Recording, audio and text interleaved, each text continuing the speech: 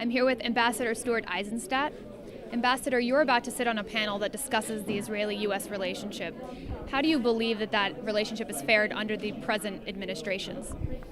I think it's fared very well, but the relationship doesn't just depend on one administration. It's based on a number of pillars: very strong public support, which remains unprecedented, very strong American Jewish support, very strong bipartisan support from the Congress, and really I think that a perception that the relationship benefits the United States as well as the U.S. And I think that this administration has done a very good job of increasing military cooperation, the Iron Dome defense system, intelligence sharing. It's taken a very strong stand against Israel's greatest threat, Iran, by getting together an unprecedented group of countries for an unprecedented amount of sanctions. I was in charge of sanctions policy for the Clinton administration. There have never been as comprehensive and deep a set of sanctions by the international community as President Obama has been able to accumulate against Iran. They basically can't ship a lot of oil. They can't insure ships going there. There's central banks being targeted. Their banks are being thrown out of the international data clearance process. So I think in that respect it's been very good. And I think while there was some early stumbles on being too public on settlement freezes, which I think was not well timed, that by and large he's done a very good job, and that Israel has a real friend in President Obama. There's been a lot of chatter in the media, as you know, about Israel's stance on Iran versus the United States approach. Do you believe that the two countries are on the same page? I think they have the same goal, that is to deprive Iran of getting a nuclear bomb, not simply deterring it once it has it. That's very clear.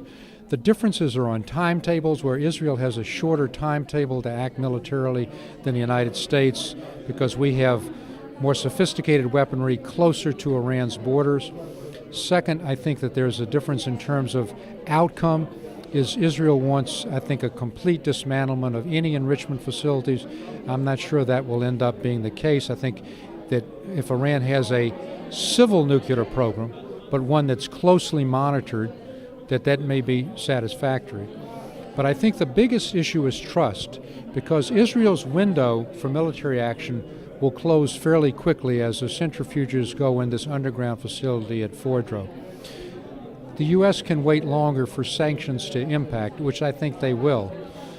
This is where I think Israel has to trust the United States, that at the end of the day, if the sanctions fail, if diplomacy fails, that the U.S. will directly or indirectly act militarily, and I believe at the end of the day they will.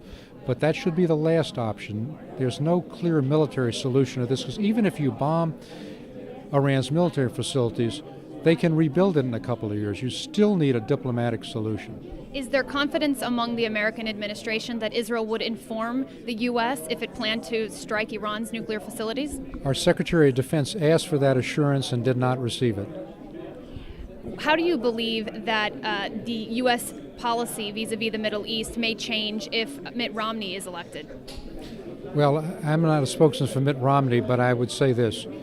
There's a tendency to think in Israel that the change of administrations is like the change of czars of old when we were in Russia as deprived minorities, a good czar and a bad czar. There's a continuity to Middle Eastern policy. Of course there's some differences on perhaps settlement policies or the like, but by and large the relationship is based on very solid foundations.